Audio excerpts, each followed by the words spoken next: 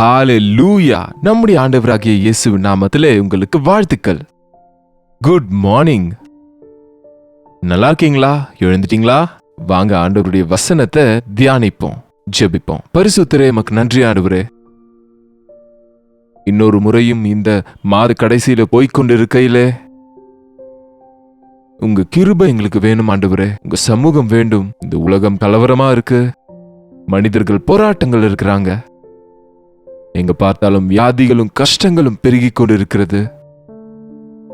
ஆபத்து காலத்திலே தாங்குகிறவர் நீரே அல்லவா? காப்பாற்றும் தெய்வம் நீரே அல்லவா? உண்மையை நம்பியிருக்கிறோம், உதவி செய்ய வேண்டும் என்று கிறிஸ்துவின் நாமத்தில் ஜெபிக்கிறோம் நல்ல பிதாவே, ஆமென். தேவனுக்கு ஸ்தோத்திரம். உலகத்தில் என்னென்ன நடந்துட்டு இருக்கோ எனக்கு அவ்வளவா தெரியாது. எத்தனை குடும்பங்கள்ல எத்தனை பேர் பிள்ளைங்க, எத்தனை பேர் வீட்டு எஜமான்கள், வீட்டில இருக்கிற குடும்பத்தினர்கள் எத்தனை விதமான வியாதிகள் இருக்கிறாங்களோ, எப்படிப்பட்ட கஷ்டங்கள் இருக்கிறாங்களோ, எத்தனை பிரச்சனைகள் இருக்கிறது என்பது எனக்கு தெரியுங்க. எப்படின்றீங்களா? உங்களில் அநேகர், ஆயிரக்கணக்கானவங்க ஒவ்வொரு நாளும் ஜெப விண்ணப்பங்களை அனுப்புறீங்க. இதுல 50% நிறைய என்ன சொல்லுவாங்க, கிரிட்டிக்கல் மொமெண்ட்ல ஐசியூல இருக்கிறாங்க. தாங்க முடியாத கஷ்டத்துல இருக்கிறோம், தாங்க முடியாத நோயில இருக்கிறோம், சிக்கல்ல இருக்கிறோம், பிரச்சனையில இருக்கிறோம். அப்படின்னா இத்தனை விதத்துல இவ்வளவு கஷ்டங்கள்ல மனுஷங்க இருக்காங்களா என்பது புரியும் போது எவ்வளவோ வேதனையோடு தேவ சமூகத்தில் உங்களுக்காக ஜெபிக்கிறேன். அது மட்டுமல்ல, என்ன நடக்குது இந்த உலகத்துல என்ற புரிதல் கிடைக்குதுங்க. மனுஷனுக்கு பாதுகாப்பு இல்லைங்க, மனுஷனுக்கு கேரண்டி இல்லை, மனுஷனுக்கு எந்த விஷயத்திலும் கூட ஒரு தைரியம் இல்லை, சப்போர்ட் இல்லை, உதவி இல்லை. பணம் இருந்தா போதும் நினைக்கிறவங்களுக்கு பணம் இருந்தாலும் பணத்தினால செய்து முடிக்க முடியாத காரியங்கள், மனுஷரால செய்ய முடியாத உதவி, மருத்துவர்கள் செய்ய முடியாதது, பல விதமான பிரச்சனையில மனுஷங்க இருக்கிறாங்க. அநேகம் பேர் சகோதரிகள் வீட்டு எஜமான் பார்த்து கொள்ளலன்னா குடும்பத்துக்காக கஷ்டப்பட்டு சம்பாதித்து பிள்ளைகளை போஷித்து கொண்டு கணவருக்காக ஜெபிங்க, பிள்ளைகளுக்காக ஜெபிங்க. நான் இங்க வேற தேசத்துல இருக்கிறேன், அவங்க கொடுக்கிற வேலை செய்ய முடியல, அவங்க கொடுக்கிற கொஞ்சம் பணம், நான் கடன் வாங்கி தான் இந்தியா விட்டு வந்தேன், ஆனா அந்த கடனை தீர்க்கவே சரியா போகுது என்று ஒரு சகோதரி கண்ணீரோடு வைத்த வாட்ஸ்அப் மெசேஜை கேட்கும்போது நிஜமா என்ன இந்த கடைசி நாட்கள்ல மனுஷங்க ஏன் இவ்வளவு கஷ்டங்கள் இருக்கிறாங்கன்னு பார்த்தா, தேவனை நாம பக்கத்துல வைக்கும்போது, தேவனிடத்திலே விசுவாசம் வைக்காத போது, அப்போ அந்த சூழ்நிலைகள் இன்னும் தொடர்ந்து கொண்டு இருக்கும். ஆனா நம்புனா அற்புதங்களை பார்ப்போம். ஆண்டவருக்கு ஒப்பு கொடுத்தா ஆசீர்வாதத்தை பார்ப்போம். ஆண்டவரே எங்களை காப்பாற்றுங்க, ஆண்டவரே உங்க பிள்ளைகளை காப்பாற்றுங்க. அநேக நேரம் விவரமா எல்லா விஷயமும் மணி கணக்குல தனித்தனியா செப்பரேட்டா பண்ணுவதற்கு நானும் மனுஷன் தானே, என்னாலையும் முடியாது. ஆனா அநேக முறை அந்த பாரங்கள் எல்லாவற்றையும் ஒன்னா வைத்து ஆண்டவர் முன்பு வச்சு, ஆண்டவரை காப்பாற்றுங்க, தேவனை இரக்கம் செய்யுங்க, ஆண்டவரை உதவி செய்யுங்க என்று முறையிடுகிறோம். எஸ், நம்மை காப்பாற்றுகிற ஆண்டவர் இருக்கிறாரு. கஷ்டங்கள் வரும், சோதனை வரும், வியாதிகள் வரும், போராட்டம் வரும், பாடுகள் இருக்கும். ஆனால் ஆண்டவர் நமக்கு இருக்கும் வரைக்கும் அவர் நம்மை காத்து காப்பாற்றுவதனால அது எல்லாவற்றிலிருந்தும் தப்புவிக்கப்படுவோம். உங்களுக்கு மனசு சரியில்லைன்னா என்ன செய்வீங்க? டிவி பார்ப்பீங்களா? செல்போனை பார்ப்பீங்களா? அது ரெண்டும் விட்டுருங்க, பைபிளை எடுத்து வாசிங்க. உங்க கஷ்டத்துக்கு ஏற்ற ஒரு பதிலும் ஆறுதலும் உதவியும் அவருடைய வசனத்திலிருந்து உங்களுக்கு கிடைக்கும். சங்கீதம் 121 வாசிக்கிறேன், கேளுங்க. எனக்கு ஒத்தாசை வரும் பர்வதங்களுக்கு நேராக என் கண்களை ஏறெடுக்கின்றேன்.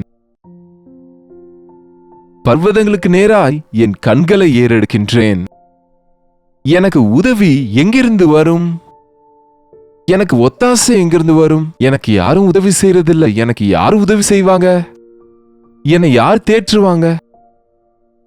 நம்ம இதே கேள்வி அநேகருக்கு வரும். எனக்கு யாரு இருக்காங்க? என் மேல யாருக்கும் அக்கறை இல்ல, எனக்கு யாரும் உதவி செய்கிறது இல்ல. இதே யோசனையோடு நாம இருக்கிறோம். நம்ம இதயத்துல அப்படிப்பட்ட கேள்வி வரும்போது அதற்கு பதில கூட நாம உண்மையிலே விசுவாசிக்கிறவங்களா இருந்தா, ஆண்டவர் மேல விசுவாசம் இருந்தா, நம் உள்ளான மனுஷன் நமக்கு சொல்லுவாங்க, அங்கே இருக்கு பாருங்க யாரு, எங்கே இருந்து ஒத்தாசை வரும்? கர்த்தரிடத்திலிருந்து எனக்கு ஒத்தாசை வரும். உடனே உள்ள ஆத்துமா சொல்லுகிறது தாவீதுக்கு, எங்கிருந்து வரும் எனக்கு ஒத்தாசை? கர்த்தரிடத்திலிருந்து ஒத்தாசை வரும். தேவனாலேயே எனக்கு ஒத்தாசை வரும். என் ஆண்டவரே எனக்கு உதவி செய்கிறவர். எந்த மனுஷனும் நம்பத்தக்கவன் அல்ல. தேவன் எவ்வளவேனும் நம்பிக்கைக்குரியவர். உங்களுக்கு அந்த நம்பிக்கை இருக்கா? ஆண்டவர் உங்க வாழ்க்கையில இருக்கிறாரா? ஆண்டவர் இருக்கிறாரா துணையா? ஆண்டவருடைய உதவியை கேட்டீங்களா? ஆண்டவருக்கு இதயத்தை கொடுத்தீங்களா? ஆண்டவர் சமூகத்துல ஜெபிக்கிறீங்களா? அவரை நம்புறீங்களா? அவருடைய வார்த்தையை கேட்கிறீங்களா? அப்படின்னா உங்களுடைய எல்லா தேவையும் அவரிடத்திலிருந்து வருங்க.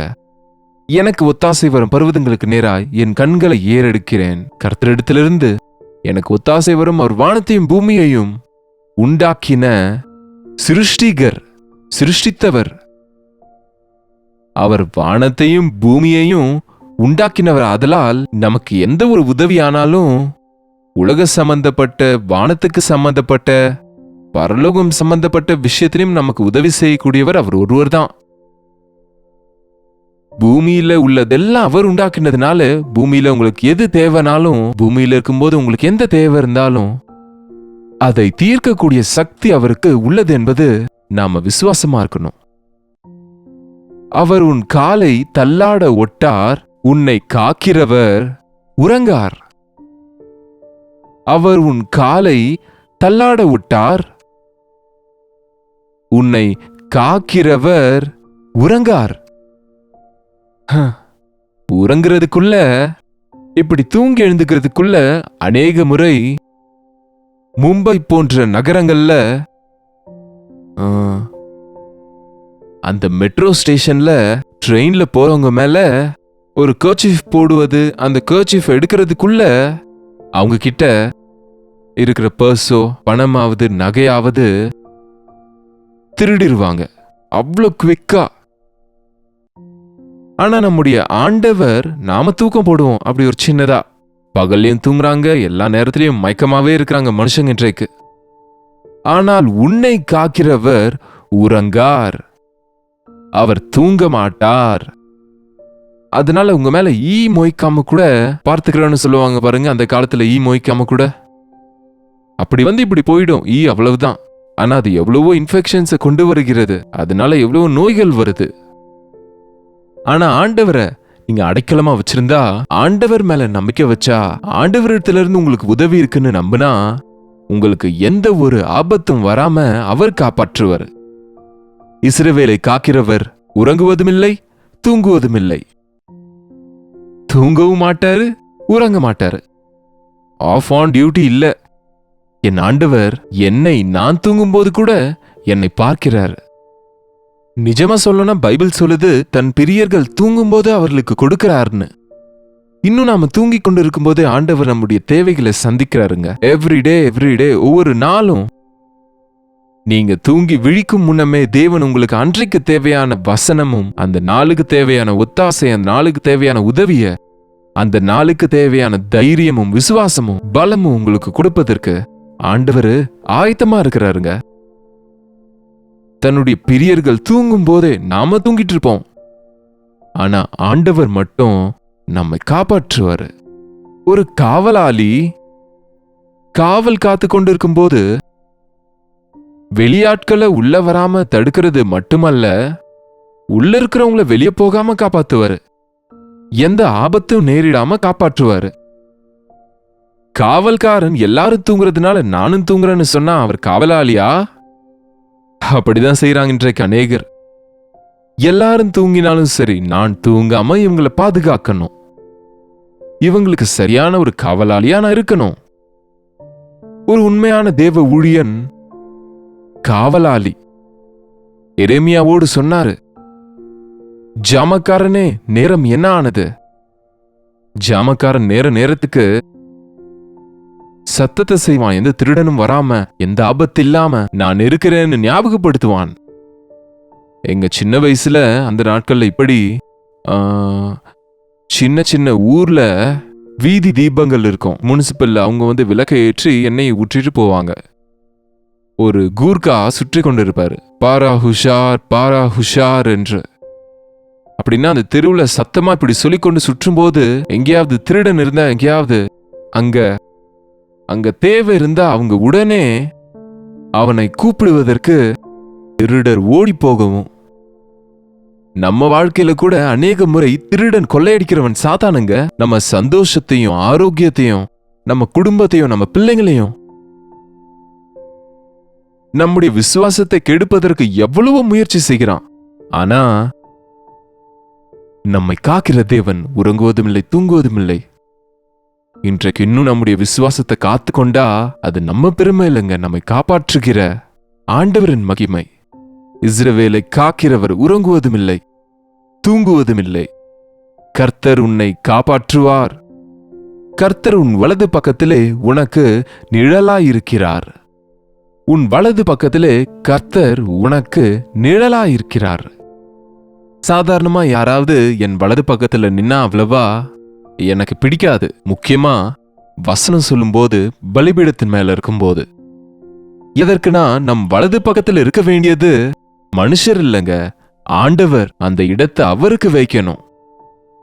வலது பக்கத்துல ஆண்டவர் நிற்பார், நம்மை தைரியப்படுத்துவார், நமக்கு ஊக்கத்தை கொடுப்பாரு, நம்மோடு பேசி நம்மை பேசும்படி செய்வாருங்க. ஹல்லேலூயா. எங்கேயோ இல்ல, ஆண்டவர் உங்க பக்கத்திலே இருக்கிறாரு. இதை நீங்க விசுவாசிங்க. பகலிலே வெயில் ஆகிலும் இரவிலே நிலவாகிலும் உன்னை சேதப்படுத்தாது. பகலிலே வெயிலாகிலும் இரவிலே நிலவாகிலும் உன்னை சேதப்படுத்தாது. ஒரு சிறு பிள்ளை தூங்கும்போது அந்த ஜன்னல் பக்கம் இருக்கும்போது மத்தியான நேரத்தில் அந்த வெயில் மேல படுங்க. அந்த விஷயம் அந்த சின்ன பிள்ளைக்கு தெரியாது. அது மறந்து தூங்கிட்டு இருக்கும், இல்லைன்னா விளையாடி கொண்டு இருக்கும். ஆனா அந்த பிள்ளையின் தாயோ தகப்பனோ, ஐயோ மதியம் அங்க வெயில் வருமே, பிள்ளை மேல வெயில் படும் என்று சொல்லி கவனிப்பாங்க. அந்த ஜன்னலை பூட்டி கட்டைன் போடுவாங்க, அல்லது இன்னொரு இடத்துக்கு மாற்றுவாங்க. அதுபோல நம் ஆண்டவர் ஆபத்திலிருந்து நம்மை தப்புவிப்பதற்கு, சிக்கல்களிலிருந்து விடுவிக்கவும், எங்க இருந்தா நம்ம பாதுகாப்பா இருப்போமோ, என்ன செய்தா நம்ம பாதுகாப்பா இருப்போமோ என்று சொல்லி கவனித்துக் கொண்டு காத்து பாதுகாக்கிறவருங்க. ஆண்டவர் உன்னை காப்பாற்றுறாருன்னு நம்புங்க. ஆண்டவருடைய பாதுகாப்பு எனக்கு இருக்குன்னு விசுவாசிங்க. ஆண்டவர் பாதுகாப்பு இல்லைன்னா நம்ம வாழ்க்கை கந்தரகோலம் ஆயிடுங்க, ஒரு வழி ஆயிடுங்க. ஆண்டவர் நம்மை ஆதரிக்கிறதுனால, தைரியப்படுத்துகிறதுனால, விடுவிக்கிறதுனால நாம சுலபமா வாழ முடியுதுங்க. கர்த்தர் உன்னை எல்லா தீங்குக்கும் விலக்கி காப்பார்.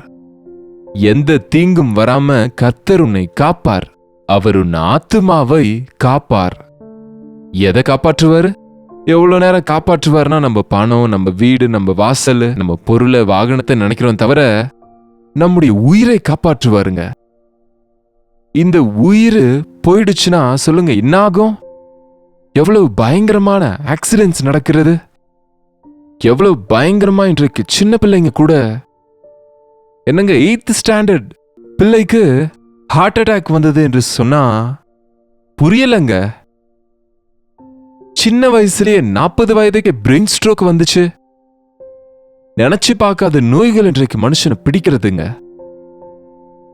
ஆண்டவர் சொல்றார், நான் உன்னை உன் பிராணனை காப்பாற்றுவேன், உன் பிராணனை காப்பாற்றுவேன். உனக்கு வியாதி வந்தாலும் நீ மரிக்கும் நிமித்தம் அல்ல, அது என்னுடைய மகிமை நிமித்தம் தான். என்னங்க, தேவன் நம்முடைய வாழ்க்கையில ஒரு பெரிய காரியத்தை செய்யணும்னா நாம விசுவாசம் வைக்கணும். நாம ஆபத்துல அவரை நோக்கி கூப்பிடணும்.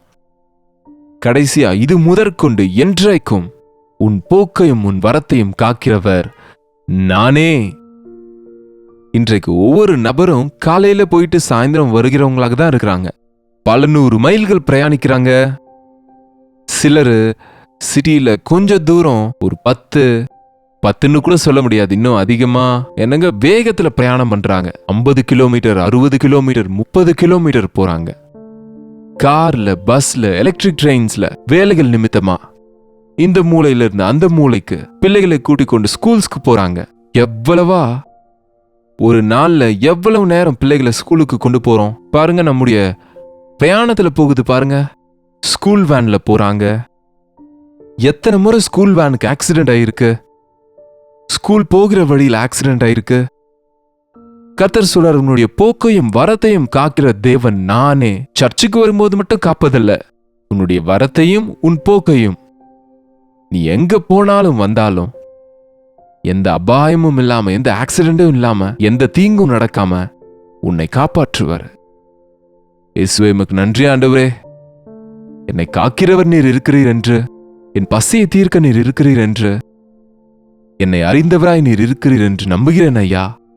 உண்மையே நம்பியிருக்கிறேன். நீர் இருக்கும்போது இந்த உலகத்தில் எனக்கு எதுவுமே தேவையில்லை என்று சொல்லுவோமா? ஜெபிப்போம். பரிசுத்தரே, அன்புள்ள தகப்பனே, ஒரு முறை எங்களை பாருங்க ஆண்டவரே. எங்க முயற்சிகளை பாருங்க, அது உங்களுக்கு அங்கீகாரமா? எங்க பிரயாணங்களை பாருங்க ஆண்டவரே, அது உங்க சித்தத்துல இருக்கா? எங்க நிர்ணயங்களை பாருங்க ஆண்டவரே, அது உங்களுக்கு உங்க பார்வைக்கு நலமானதா என்று அறிந்து கொள்ள உம் சித்தத்துல இருக்கும் உதவி செய்யுங்க ஆண்டவரே. பெரிய காரியங்கள் எங்கள் பேர்ல நடத்துங்க. யார் யார் எங்கிருந்து இந்த வார்த்தைகளை கேட்கிறாங்களோ அவங்க எல்லாருக்கும் உதவி செய்யுங்க. அவங்க பிரயாணங்களில், அவங்க வீட்டுல, அவங்க போக்கும் வரத்துல, அவங்க செய்யும் காரியங்கள்ல எல்லா விஷயத்திலும் நீர் எங்களுக்கு துணையா இருந்து தீங்கில் விழாமல் காக்கும்படிக்கு கிறிஸ்துவின் நாமத்தில் ஜெபிக்கிறோம் நல்ல பிதாவே, ஆமென்.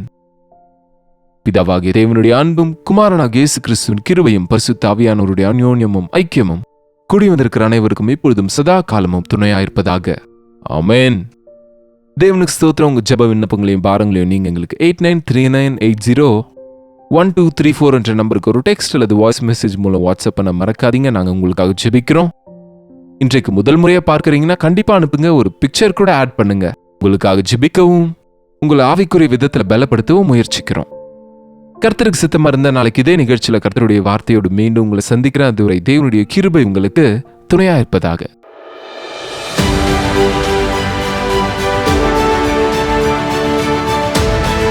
ஹalleluya. பூனே மற்றும் பூனே சுற்றி இருப்பவர்களுக்கு ஒரு நற்செய்தி. வருகின்ற மார்ச் 27ஆம் தேதி பூனேவில் உள்ள YMCA international home and activity சென்டரில் ஒரு நாள் கூடுகையை கெட் டுகெதரை ஏற்பாடு செய்கிறோம். உங்களை சந்திக்க வேண்டும் என்றும் உங்களோடு பேச வேண்டும் என்றும் ஆவலாக இருக்கிறோம். மாலை 5 மணி முதல் இரவு 9 மணி வரை நடக்கவிருக்கும் இந்த ஒரு நாள் கூடுகையில் கலந்து கொள்ளுங்கள். நீங்கள் மட்டுமல்ல, உங்கள் நண்பர்களையும் உறவினர்களையும் அழைத்து கொண்டு வந்து தேவ ஆசீர்வாதத்தை பெற்றிடுங்கள். மேலும் விவரங்களுக்கு கீழ்காணும் எண்களுக்கு தொடர்பு கொள்ளுங்கள்.